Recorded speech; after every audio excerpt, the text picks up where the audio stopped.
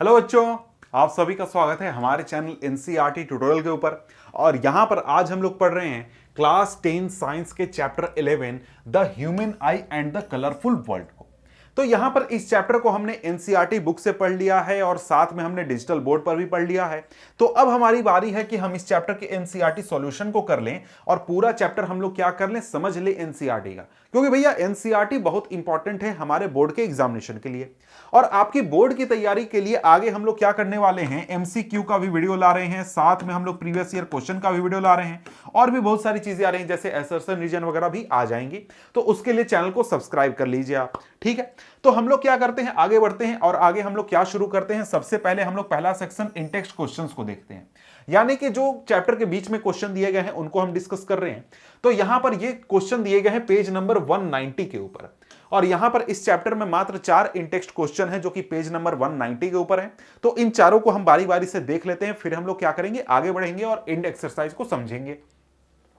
पहला क्वेश्चन यहां पर कहता है what is meant by power of accommodation of the eye. जो पावर ऑफ एकोमोडेशन होता है उससे हम क्या समझते हैं।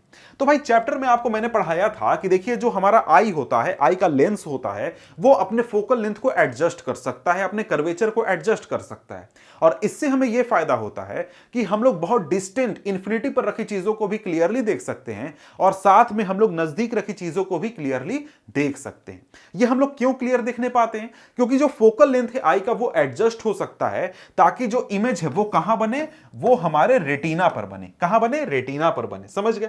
तो यहां पर क्या है, यहां पर यही जो हमारा कैपेसिटी है आई का, इसी को हम पावर ऑफ एकोमोडेशन कहते हैं। यानी जो हमारा ये सिलियरी मसल है और साथ में ये जो आई लेंस है, ये दोनों मिलकर क्या करते हैं, फोकल लेंथ एडजस्ट करते हैं आई लेंस का, जिससे कि हम दूर और नजदीक चीजों को क्लियरली देखने पाते हैं। यही हमारा क्या होता है, पावर ऑफ एकोमोडेशन होता है। अब इसको अगर हम देखें तो power of accommodation of I is the ability of the I, eye lens होगा, यहां पर आई लेंस कह सकते हैं या फिर आई भी कहें तो दिक्कत नहीं, क्योंकि आई के दो पार्ट यहां पर इन्वॉल्व होते हैं। To see the objects distinctly by adjusting the focal length of the eye lens by the action of ciliary muscles holding the lens। यानी सिलियरी मसल्स की मदद से आई लेंस के जो फोकल लेंथ एडजस्टमेंट की capacity होती है उसी को हम क्या कहते हैं, पावर ऑफ एकोमोडेशन कहते हैं, ठीक है। यह चीज तो मैंने आपको अच्छे से चैप्टर में समझाया है, नहीं समझा समझ में आया होगा तो आप फिर से यहां पर आई बटन में जाकर देख सकते हैं। तो यहां पर आगे बढ़ते हैं, अगला क्वेश्चन देखते हैं। अगला यहां पर क्वेश्चन क्या कहता है, अगला यहां पर क्वेश्चन कहता है कि एक व्यक्ति है, a person with a myopic eye, उसको क्या हुआ है, मायोपिया हुआ है, can not see objects beyond 1.2 metre. 1.2 metre के बाद रखी चीजों को वो क्लियरली नहीं देख सकता है। तो यहां पर क्या हमें पता चला, हमें पता चला कि जो फार पॉइंट है उस व्यक्ति का वो 1.2 मीटर है। कितना है, 1.2 मीटर, ठीक है। अब यहां पर पूछता है कि what should be the type of the corrective lens used to restore proper vision. अब यहां पर अगर आप देखें तो आपको यह क्वेश्चन देखकर ही एक लाइन में पता चल गया होगा कि भैया हम लोग कौन सा यूज करेंगे, कनकेव लेंस यूज करेंगे। लेकिन इसको अगर आपको अच्छे से समझना है तो इसको आप सॉल्व भी कर सकते हैं। कैसे सॉल्व कर सकते हैं जरा सा समझते हैं। तो यहां पर अगर हम देखें तो जब भी किसी व्यक्ति को मायोपिया होता है तो क्या होता है और उसका करेक्शन हम कैसे करते हैं।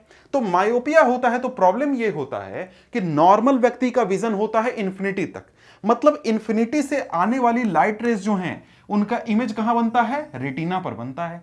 लेकिन अगर किसी व्यक्ति को मायोपिया हो जाए तो क्या होगा, इंफिनिटी से आने वाली लाइट रेज का जो इमेज फॉर्मेशन होगा वो हमारा रेटिना से पहले ही हो जाएगा और उसको चीजें साफ साफ नहीं दिखेंगी बल्कि धुंधली दिखेंगी। तो यहां पर क्या होता है, इसका जब हम लोग करेक्शन खोजते हैं या फिर करेक्शन करते हैं तो यहां पर हम लोग ऐसा लेंस लगाते हैं आंखों के बाहर, चश्मे के ऊपर, जो कि इंफिनिटी से आने वाली लाइट रेज का इमेज फॉर्मेशन इस फार पॉइंट पर करे, ताकि इस फार पॉइंट पर बनने वाली इमेज को एज अ ऑब्जेक्ट हमारा आई ट्रीट करे। मतलब इंफिनिटी से लाइट रेज आए तो यहां पर ये जो लेंस है उसने क्या किया, इमेज फॉर्मेशन इस फार पॉइंट पर कर दिया। अब फार पॉइंट पर जो इमेज बना उस इमेज को हमारा आई लेंस क्या करेगा, ऑब्जेक्ट के रूप में ट्रीट करेगा और इमेज फॉर्मेशन कहां कर देगा, रेटिना पर कर देगा। ये हमारा करेक्शन का प्रोसेस है। तो यहां पर आपको क्या पता चला कि हमें जो यहां पर लेंस लगाना है उसमें यह कैपेसिटी होनी चाहिए कि वो हमारे इस फार पॉइंट पर क्या करे, इमेज फॉर्मेशन करे। तो ये जो फार पॉइंट दिया गया है इससे आपको पता चला कि जो हमारा लेंस फॉर्मूला हम लोग अप्लाई करेंगे इसमें v का वैल्यू कितना होगा, 1.2 मीटर। अब लेकिन यहां पर इमेज फॉर्मेशन हम लोग का लेफ्ट साइड में हो रहा है तो यहां पर क्या होगा, -1.2 मीटर। लेकिन अगर हम साथ में देखें तो लाइट रेस कहां से आ रही है, मतलब ऑब्जेक्ट कहां है, इंफिनिटी पर है। तो u क्या हो जाएगा, u equal to infinity minus infinity. अब हमें क्या करना है, f खोजना है, f निकालना है ताकि हम लोग पावर निकाल सकें, या फिर f से भी हम लोग वैल्यू बता सकते हैं। तो f निकालना है अगर, तो f हम लोग कैसे निकालेंगे, तो यहां पर लेंस फॉर्मूला लगाएंगे, 1/f equal to 1/v minus 1/u। तो इसको अगर हम लोग सॉल्व करें तो यहां पर क्या आ जाएगा, 1/-1.2 माइनस 1/इंफिनिटी माइनस इस प्रकार से। तो यहां पर इंफिनिटी 1/इंफिनिटी तो ये कैंसिल हो गया, 0 हो गया, ठीक है। तो हम लोग का 1/f क्या आ गया, 1/f इक्वल टू 1/-1.2। तो f क्या हो गया, f इक्वल टू -1.2 मीटर। तो यहां पर f का वैल्यू माइनस में है, मतलब क्या हुआ, हम लोग का यहां पर कनकेव लेंस यहां पर यूज होगा, ये हमें पता चल गया। साथ में अगर आप चाहें तो पावर भी यहां पर निकाल सकते हैं। पावर क्या होगा, 1/f हो जाएगा, और आप सिंपली कैलकुलेट करके पावर भी निकाल सकते हैं। वैसे यहां पर पूछा नहीं है लेकिन मैंने आपको समझा दिया, क्योंकि आगे के क्वेश्चन में ना इस चीज को पूछेगा, तो वहां पर बार बार समझाने में थोड़ा सा बेकार लगता है, ठीक है। तो यहां पर हम लोग अगला क्वेश्चन देखते हैं। अगला क्वेश्चन क्या कहता है, what is the far point and near point of the human I with normal vision. Normal vision वाले व्यक्ति का फार पॉइंट और नियर पॉइंट कितना होता है। तो फार पॉइंट अगर हम समझे तो फार पॉइंट ऐसा पॉइंट होता है जहां तक एक नॉर्मल विजन वाला व्यक्ति क्लियरली या फिर डिस्टिंक्टली देख सकता है। तो नॉर्मल व्यक्ति का कितना होता है, इन्फिनिटी होता है। मतलब हम लोग चांद को भी साफ साफ क्लियरली रात में देख सकते हैं, भले ही बहुत छोटा दिखता है लेकिन देख सकते हैं। वहीं हम लोग नजदीक रखकर किताब भी पढ़ सकते हैं। तो नजदीक कितना हो गया, हम लोग का हो गया 25 सेंटीमीटर नियर पॉइंट, और वहीं हम लोग का फार पॉइंट क्या हो गया, हम लोग का इन्फिनिटी हो गया, ठीक है। तो ये तो हो गया, लेकिन अगर आपको लिखना होगा तो आप इसको एक्सप्लेन थोड़ा सा कर दीजिएगा, डिफाइन कर दीजिएगा कि नियर पॉइंट क्या होता है, फार पॉइंट क्या होता है। साथ में बता दीजिएगा कि नियर पॉइंट कितना है, तो भाई 25 सेंटीमीटर, फार पॉइंट कितना है तो इन्फिनिटी है, ठीक है। आगे बढ़ते हैं। अगला क्वेश्चन क्या कहता है, अगला क्वेश्चन कहता है a student has difficulty in reading the black board while sitting in the last row. एक क्लास में एक बच्चा है जो कि सबसे पीछे बैठा है और उसको बोर्ड क्लियरली नहीं दिख रहा है, साफ साफ नहीं दिख रहा है। What could be the defect that the child is suffering from? How can it be corrected? तो उस बच्चे को क्या परेशानी है और उसको हम लोग ठीक कैसे कर सकते हैं। तो हम लोग अगर देखें तो एक क्लासरूम कितना लंबा होता है, करीब 15-20 फीट 30 फीट का रहता है। तो 30 फीट यानी कि करीब 10 मीटर की बात हो रही है। 10 मीटर की दूरी से उसको चीजें साफ साफ नहीं दिख रही हैं। तो मतलब क्या है, उसको मायोपिया है, उसको फार साइटेडनेस का प्रॉब्लम है। तो वहां पर हम लोग का सॉल्यूशन क्या हो गया, मायोपिया, उसको क्या है, मायोपिया है। अब इसको हम लोग ठीक कैसे करेंगे, ठीक हम लोग करेंगे कॉनकेव लेंस से। कॉनकेव लेंस का इस्तेमाल करेंगे जो कि डॉक्टर द्वारा बताया जाएगा, और फिर उसका हम लोग यूज करके इस प्रॉब्लम को ठीक करेंगे। तो ये हम लोग का एक तरीके से क्या हो गया, सॉल्यूशन। अब इसके बाद आते हैं दूसरे सेक्शन पर, यानी कि एनसीईआरटी का जो एक्सरसाइजेज हैं, यानी एंड एक्सरसाइज है, उसको हम लोग अब जरा सा देख लेते हैं, पढ़ लेते हैं। तो यहां पर पहला क्वेश्चन कहता है the human eye can focus objects at different distances by adjusting the focal length of the eye lens, this is due to. हम लोग का जो ह्यूमन आई है वो अलग अलग डिस्टेंस पर रखी गई चीजों को क्लियरली देख सकता है, और उसके लिए आई लेंस को एडजस्ट किया जाता है। और ये एडजस्टमेंट किसकी वजह से होता है, प्रेसबायोपिया, एकोमोडेशन, नियर साइटेडनेस, फार साइटेडनेस। तो भाई ये तीनों जो है वो क्या है, एक प्रकार की विजन डिफेक्ट के नाम है। तो ऑप्शन नंबर बी हमारा क्या हो जाएगा, सही हो जाएगा। इसके बाद आगे बढ़ें तो आगे यहां पर अगला क्वेश्चन क्या कहता है, the human I forms the image of the object at its. जो ह्यूमन आई है वो पूरा लेंस या फिर पूरा आई मिलकर कहां इमेज फॉर्मेशन करते हैं, तो भाई आई के रेटिना पर करते हैं, रेटिना पर करते हैं। तो ह्यूमन आई का स्ट्रक्चर मैंने आपको बताया था, तो वहां पर आपको पता होगा कि रेटिना पर इमेज फॉर्मेशन होता है। और कैसा इमेज फॉर्मेशन होता है? तो इमेज फॉर्मेशन होता है रियल एंड इन्वर्टेड। कैसा image? Real and inverted image formation होता है। अगला क्वेश्चन यहां पर क्या कहता है? अगला क्वेश्चन कहता है कि the least distance of distinct vision for a young adult with normal vision is, मतलब कि जो नियर पॉइंट के बारे में पूछ रहा है, जिसको कि हम लोग क्या कहते हैं, least distance of distinct vision क्या है, वो कितना है? वो है हमारा 25 सेंटीमीटर। यानी 25 सेंटीमीटर की दूरी से हम लोग चीजों को क्लियरली साफ साफ बिना किसी आई पर स्ट्रेन पर स्ट्रेस पर देख सकते हैं। तो ये क्या हो जाएगा? नियर पॉइंट हम लोग का 25 सेंटीमीटर हो जाएगा।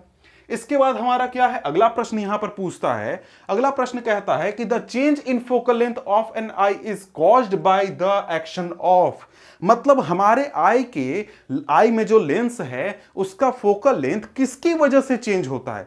कौन लेंस की फोकल लेंथ को चेंज करने का काम करता है? क्या वो प्यूपिल है, रेटिना है, आइरिस है, या फिर सिलियरी मसल है?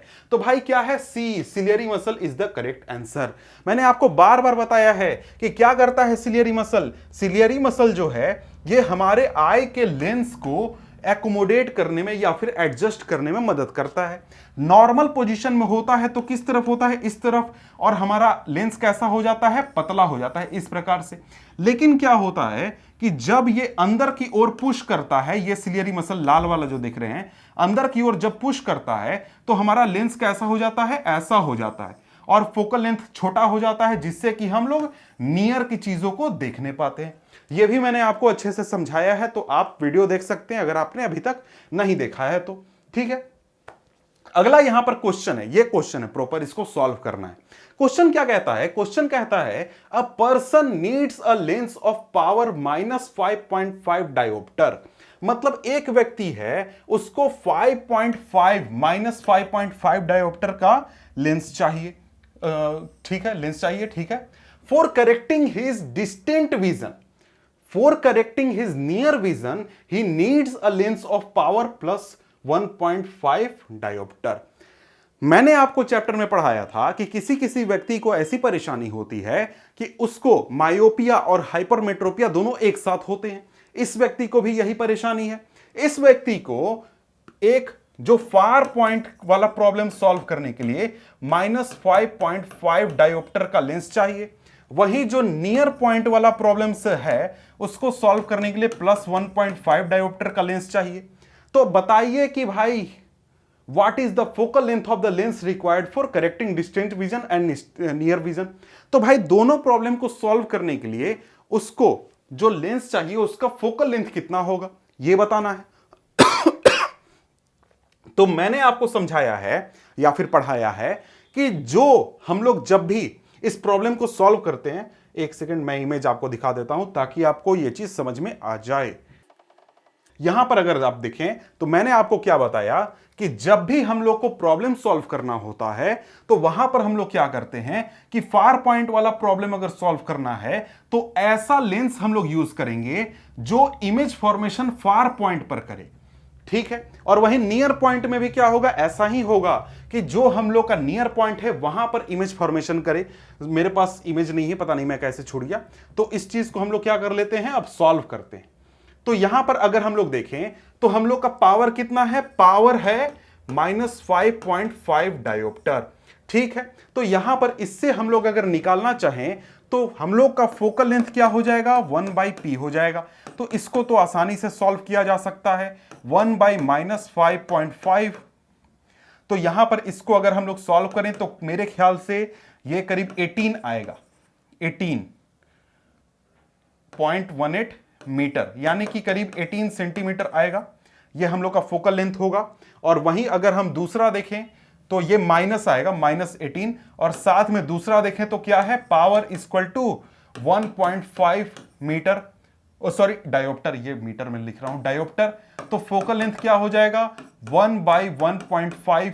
तो इसको सॉल्व करेंगे तो 0.67 करीब आएगा, 0.67 मीटर, यानी कि 67 सेंटीमीटर आएगा।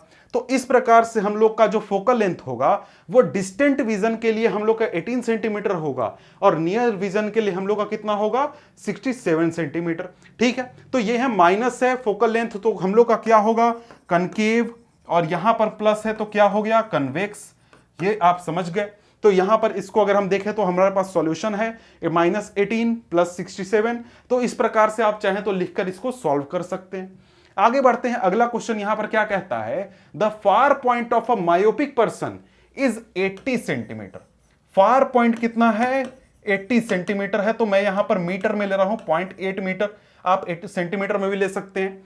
तो यहां पर क्या कहता है, what is the nature and power of the lens required to correct the problem. यहां पर हम लोगों को जो लेंस चाहिए वो एक प्रकार से कैसा होना चाहिए, मतलब उसका लेंस का पावर कितना होना चाहिए और उसका साथ में नेचर कैसा होना चाहिए। तो यहां पर हम लोग, मैंने आपको समझाया है कि फार पॉइंट जब भी कहे तो हमें ऐसा लेंस यूज करना है जिसका इमेज फॉर्मेशन इतने डिस्टेंस पर हो। तो यहां पर हम लोगों का V हो जाएगा क्या, 0.8 मीटर। तो V क्या होगा, माइनस होगा। क्यों, क्योंकि हम लोग लेंस अगर ले रहे हैं तो लेंस के बाएं साइड में हम लोग का इमेज फॉर्मेशन हो रहा है। तो यहां पर हम लोग का क्या होगा, एक सेकंड, सॉरी ये मिट गया, मैं फिर से लिख लेता हूं। क्या है, फार पॉइंट, फार कितना है 80 सेंटीमीटर और इक्वल टू 0.8 मीटर, और यहां पर V क्या हो जाएगा 0.8 मीटर। ये क्या होगा माइनस में, U क्या होगा, यहां मायोपिया हो रहा है। मायोपिया अगर हम लोग का दिया गया है तो लाइट रे कहां से आएगा, इंफिनिटी से आएगा। तो U equal to minus infinity. F हम लोग को क्या करना है, फाइंड करना है। तो अगर हम इसको सॉल्व करें तो 1/f equal to 1/v minus 1/u।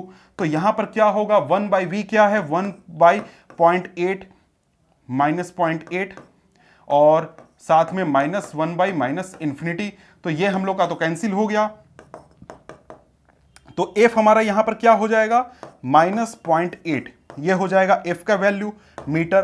तो यहां पर हम लोग का क्या है, माइनस है, मतलब क्या, हम लोग का कनकेव यूज होगा, कनकेव लेंस यूज होगा, ठीक है। और यहां पर पावर पूछता है तो power equal to 1/f equal to 1/0.8। तो 0.8 यहां पर कहता है माइनस में, तो यहां पर हम लोग का क्या होगा, 10 इक्वल टू 5 4। तो ये हम लोग का क्या होगा 1.2 डायोप्टर, -1.2 डायोप्टर हम लोग का आंसर आएगा। तो यहां पर मैं शॉर्ट में एक्सप्लेन कर रहा हूं आपको, और साथ में ये सॉल्व किया गया है, इसको आप एक तरीके से देख सकते हो। सॉरी 1.25 होगा, यहां पर 1.25 होगा, मैं 1.2 पर छूट गया था, ठीक है, 1.25 होगा। तो इस प्रकार से आप इसको सॉल्व कर सकते हैं, बना सकते हैं। मैंने आपको सॉल्व करके बता दिया। तो यहां पर अगला क्वेश्चन कहता है, make a diagram to show how hypermetropia is corrected. The near point of a hypermetropic eye is 1 meter. What is the power of lens required to correct this defect? Assume that the near point of normal eye is 25 centimeter. तो यहां पर दो question एक साथ दिए गए हैं। पहला तो आपको इमेज फॉर्मेशन करने के लिए कहा गया है और दूसरा हमारा न्यूमेरिकल है। तो इमेज फॉर्मेशन अगर हमें करना है तो इमेज फॉर्मेशन में हमें सबसे पहले तो यह समझना होगा कि भैया हाइपरमेट्रोपिया ठीक कैसे किया जाता है। तो हाइपरमेट्रोपिया ठीक कैसे किया जाता है, अगर इसकी मैं बात करूं तो नॉर्मली हम लोग का क्या होता है, हम लोग का जो नॉर्मल विजन होता है वो एक प्रकार से हाइपरमेट्रोपिया में आगे चला जाता है। मतलब कि जहां पर हम लोग का नॉर्मल विजन 25 सेंटीमीटर होना चाहिए था, वो हो सकता है 50 सेंटीमीटर या फिर 80 सेंटीमीटर हो जाए, ये हो सकता है प्रॉब्लम। तो इसको ठीक करने के लिए हम लोग क्या करते हैं, एक ऐसा लेंस का यूज करते हैं जो यहां पर रखे ऑब्जेक्ट का इमेज फॉर्मेशन यहां पर कर दे, और जिससे हमारे आंख को लगे कि ये ऑब्जेक्ट यहां रखा गया है और उसका जो इमेज है वो हमारा आई लेंस कहां बनाए, रेटिना पर बनाए, ठीक है। तो इसको हम लोग ठीक कैसे करते हैं, इसका डायग्राम जरा सा समझते हैं। तो यहां पर हम लोगों का क्या हो गया, हम लोगों का आई हो गया। ये क्या है, ये हम लोगों का आई है, ठीक है, आई है, आई यहां पर देख रहे हैं, उतना अच्छा डायग्राम नहीं है मुझे पता है, ठीक है। उसके आगे हम लोग क्या करते हैं, कन्वेक्स लेंस यूज करते हैं। अब कन्वेक्स लेंस क्या करता है कि यहां पर अगर हम लोगों का नजदीक में रखा गया है ऑब्जेक्ट, तो वो इस प्रकार से हम लोगों के लाइट रेस को क्या करता है, मोड़ देता है। और इस प्रकार से हमारे आई के लेंस को ऐसा लगता है कि भाई जो ऑब्जेक्ट है वो यहां पर है, लेकिन रियलिटी में ऑब्जेक्ट यहां पर होता है। तो इस प्रकार से आप डायग्राम बना सकते हैं। मुझे पता है अच्छा डायग्राम नहीं है, इसलिए मैं अच्छा एक साफ डायग्राम आपके लिए लेकर आया हूं। यहां पर देख सकते हैं क्या हो रहा है, यहां पर हम लोगों का जो डिफेक्टेड आई है उसका नियर पॉइंट यहां पे आ चुका है, और हम अगर यहां पर ऑब्जेक्ट रखते हैं तो इस लेंस की वजह से आई को ऐसा लगता है कि ऑब्जेक्ट यहां पर है और हम लोग का इमेज फॉर्मेशन फिर रेटिना पर होता है। तो ये डायग्राम आप ध्यान दे लीजिएगा, यही डायग्राम है जिसमें कि हम लोग क्या करते हैं, हाइपरमेट्रोपिया का सॉल्यूशन का डायग्राम है। नीचे वाला ध्यान मत दीजिएगा, नीचे वाला हमारा क्या है, वो हमारा मायोपिया का है जो कि हमने पहले पढ़ा था। तो अब हम लोग क्या करते हैं, हम लोग आगे बढ़ते हैं और अपने न्यूमेरिकल पर आते हैं, न्यूमेरिकल को सॉल्व करते हैं। यहां पर कहता है कि हाइपरमेट्रोपिक आई है, उसका नियर पॉइंट कितना है, 1 मीटर। तो नियर पॉइंट जो है, नियर पॉइंट 1 मीटर है, तो 1 मीटर को हम लोग 100 सेंटीमीटर लिख सकते हैं।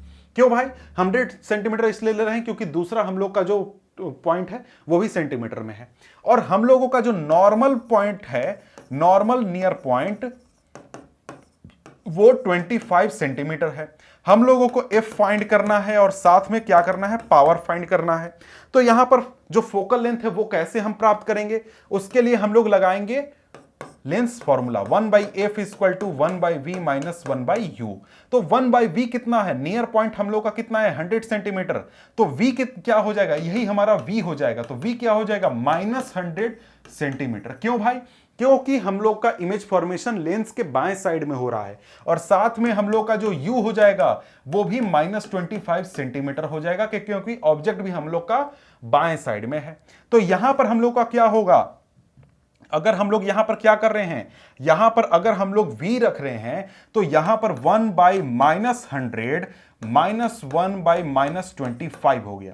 अब इसको अगर हम लोग जरा सा सॉल्व करें तो यहां पर 100, 1 -1 और साथ में +4, क्योंकि माइनस माइनस प्लस हो जाएगा। तो यहां पर क्या हो जाएगा, हम लोग का 3/100 हो जाएगा। ठीक है, अब यहां पर अगर हम लोग f देखें तो f क्या हो गया, 1/f = 3/100 आ गया, और f = क्या आ गया, 100/3 आ गया, = 33.3 सेंटीमीटर आ गया। ये हम लोग का क्या हो गया, फोकल लेंथ हो गया। तो प्लस में है फोकल लेंथ, मतलब क्या, कन्वेक्स लेंस हम लोग का यूज होगा। फोकल लेंथ आपको पता चल गया। अब हम लोग को यहां पर पावर फाइंड करना है, तो 1/f हो जाएगा। तो यहां पर 1 हम लोग का 1, देखिए यहां पर एक बात ध्यान दीजिए कि जब भी हम लोग पावर फाइंड करते हैं तो 1/f मतलब जब मीटर में हो, लेकिन हम लोग यहां पर क्या कर रहे हैं, सेंटीमीटर यूज कर रहे हैं। तो सेंटीमीटर में हम लोग क्या करेंगे, 100/33.3 करेंगे। तो ये कितना आ जाएगा, हम लोग का 3 आ जाएगा, 3 डायोप्टर प्लस 3 डायोप्टर हम लोग का पावर हो गया। तो इस प्रकार से आप लोग सॉल्व कर सकते हैं। अब यहां देखिए, जब भी आप प्रॉब्लम सॉल्व करें तो वर्ड्स का यूज करें। तो वर्ड्स इस प्रकार से आप लोग यहां पर देख सकते हैं कि ऐसे लिखकर यूजिंग द लेंस फॉर्मूला लिख देना है। नियर पॉइंट कितना है, इतना है, तो हम लोग का given that near point distance of hypermetropic eye इतना है, तो यही हम लोग का क्या हो जाएगा, v हो जाएगा, और जो नियर पॉइंट है वो हम लोग का u हो जाएगा। क्यों हो जाएगा ये मैंने आपको बता दिया। अब यहां पर आगे क्वेश्चन पूछता है, why is a normal eye not able to see clearly the object placed closer than 25 centimetre. तो यहां पर पूछता है कि भाई हम लोग का नॉर्मल आई जो है वो 25 सेंटीमीटर से नजदीक की चीजों को क्यों नहीं देखने पाता है। तो यहां पर उसका सिंपल रीजन है कि भाई हम लोग का जो पावर ऑफ एकोमोडेशन है आई का, उसमें हमारा आई लेंस जो है वो 25 सेंटीमीटर से कम जो है वो चीजों को देखने के लिए उतना फोकल लेंथ एडजस्ट नहीं करने पाता है, इस वजह से नहीं देखने पाता है। तो यहां पर आप सिंपली यही चीज एक्सप्लेन कर सकते हैं कि देखिए जो आई लेंस है वो 25 सेंटीमीटर से नजदीक की चीजों के ऊपर मतलब फोकस नहीं करने पाता है, क्योंकि हमारा आई लेंस उतना एडजस्ट नहीं करने पाता है, सिलियरी मसल और आई लेंस उतना एडजस्ट नहीं करने पाता है। तो यही चीज को आपको एक्सप्लेन कर देना है।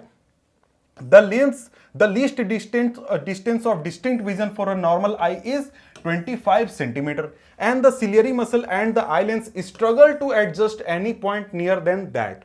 So a normal eye will not be able to see clearly any object placed closer than 25 centimeter. समझ गए। तो यहां पर आगे बढ़ते हैं। अगला क्वेश्चन क्या कहता है, अगला क्वेश्चन कहता है, what happens to the image distance in the eye when we increase the distance of object from the eye। तो यहां पर कहता है कि अगर हम लोग आंख के सामने ऑब्जेक्ट को दूर नजदीक करें तो उससे हमारे आंखों के अंदर इमेज डिस्टेंस पर क्या प्रभाव पड़ता है। तो यहां पर अगर हम लोग देखें तो हमारे आई के इमेज डिस्टेंस पर कोई प्रभाव नहीं पड़ता है।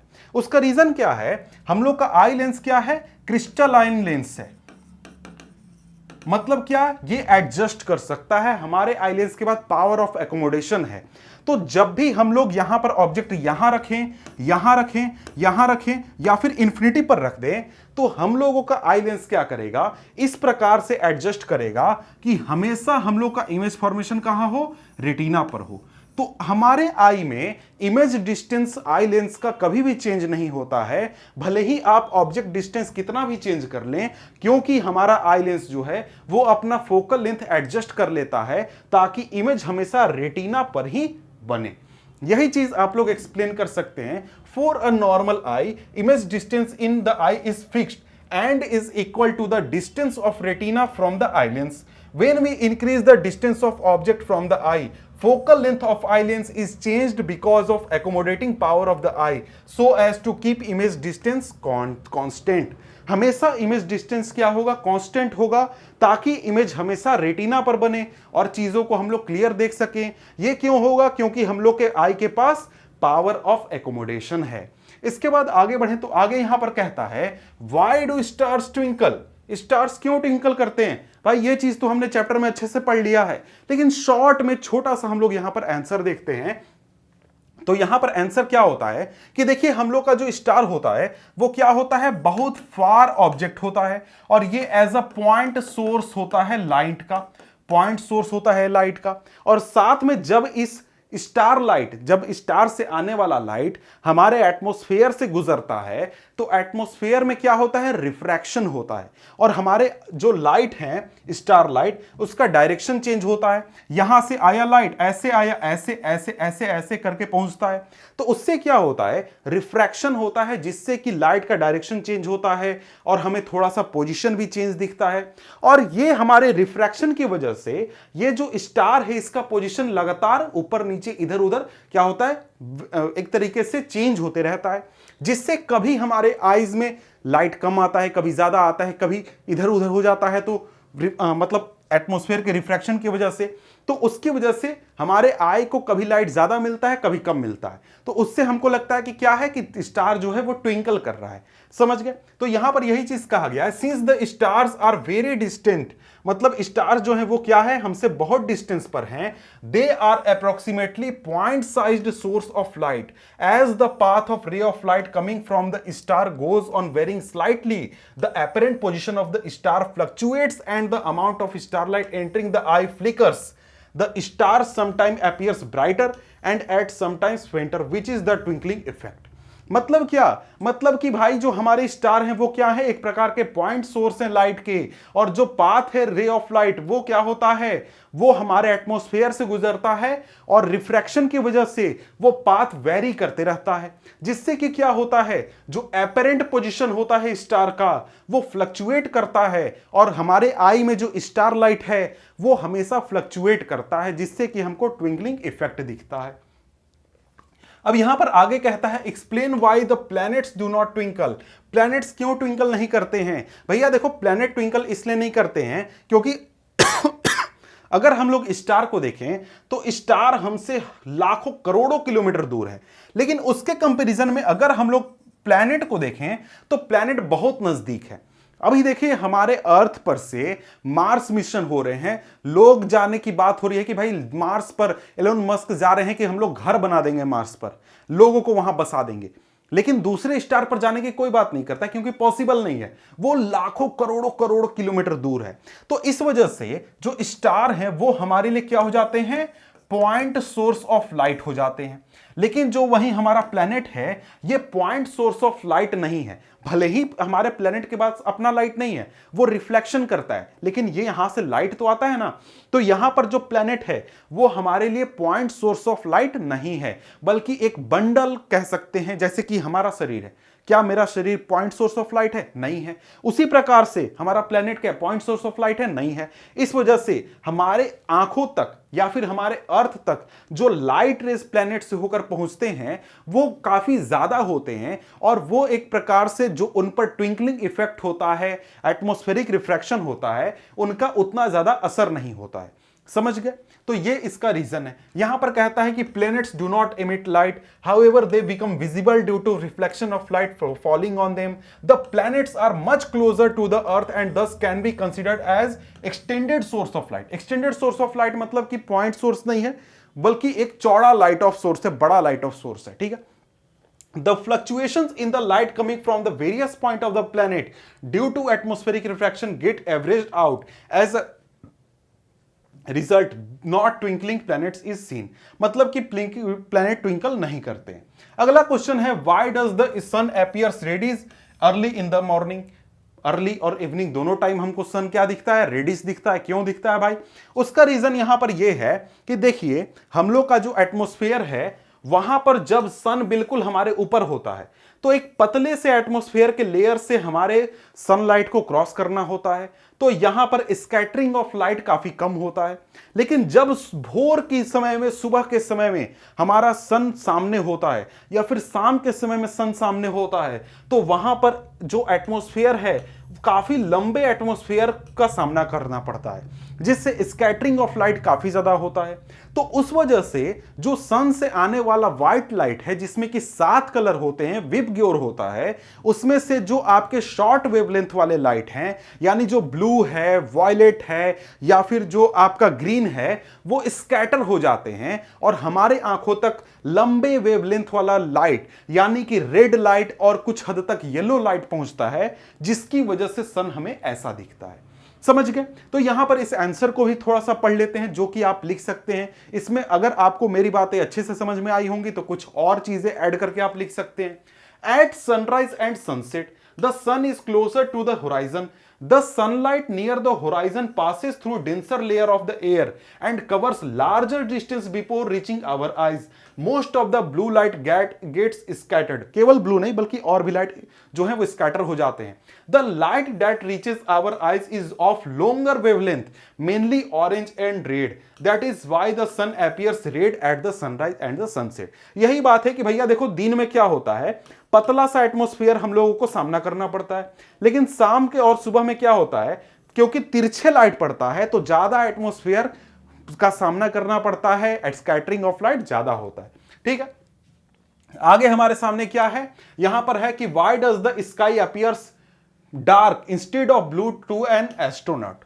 तो भाई यहां पर क्या है कि हम लोगों को सबसे पहले यह समझना होगा कि हम लोग को स्काई ब्लू क्यों दिखता है। ब्लू इसलिए दिखता है क्योंकि स्कैटरिंग ऑफ लाइट होता है। हमारे सनलाइट जब हमारे अर्थ पर आता है तो जो एटमॉस्फेयर है वहां पर एटमॉस्फेयर के पार्टिकल्स छोटे छोटे होते हैं, और वो जो व्हाइट लाइट होता है सन का, उसमें जो हमारे स्मॉलर मतलब छोटे वेवलेंथ वाले लाइट होते हैं, जैसे कि ब्लू लाइट जो होता है उसका स्कैटरिंग होता है, जिसकी वजह से पूरा हमें स्काई कैसा दिखता है, ब्लू दिखता है। लेकिन हमारे एटमॉस्फेयर के बाहर जो पूरा अंतरिक्ष है वहां पर कोई भी एटमॉस्फेयर नहीं होता है, कोई भी पार्टिकल नहीं होता है, तो वहां पर स्कैटरिंग भी नहीं होता है। अब स्कैटरिंग नहीं होगा तो वहां पर ब्लू, फ्लू या रेड कुछ नहीं होगा, बल्कि सारा ब्लैक होगा। सीधे आप तक लाइट आएगा और सीधे आपको ब्लैक दिखेगा। तो यही रीजन है कि हम लोग का जो एस्ट्रोनॉट होते हैं उनको जो पूरा स्काई है वो डार्क दिखता है।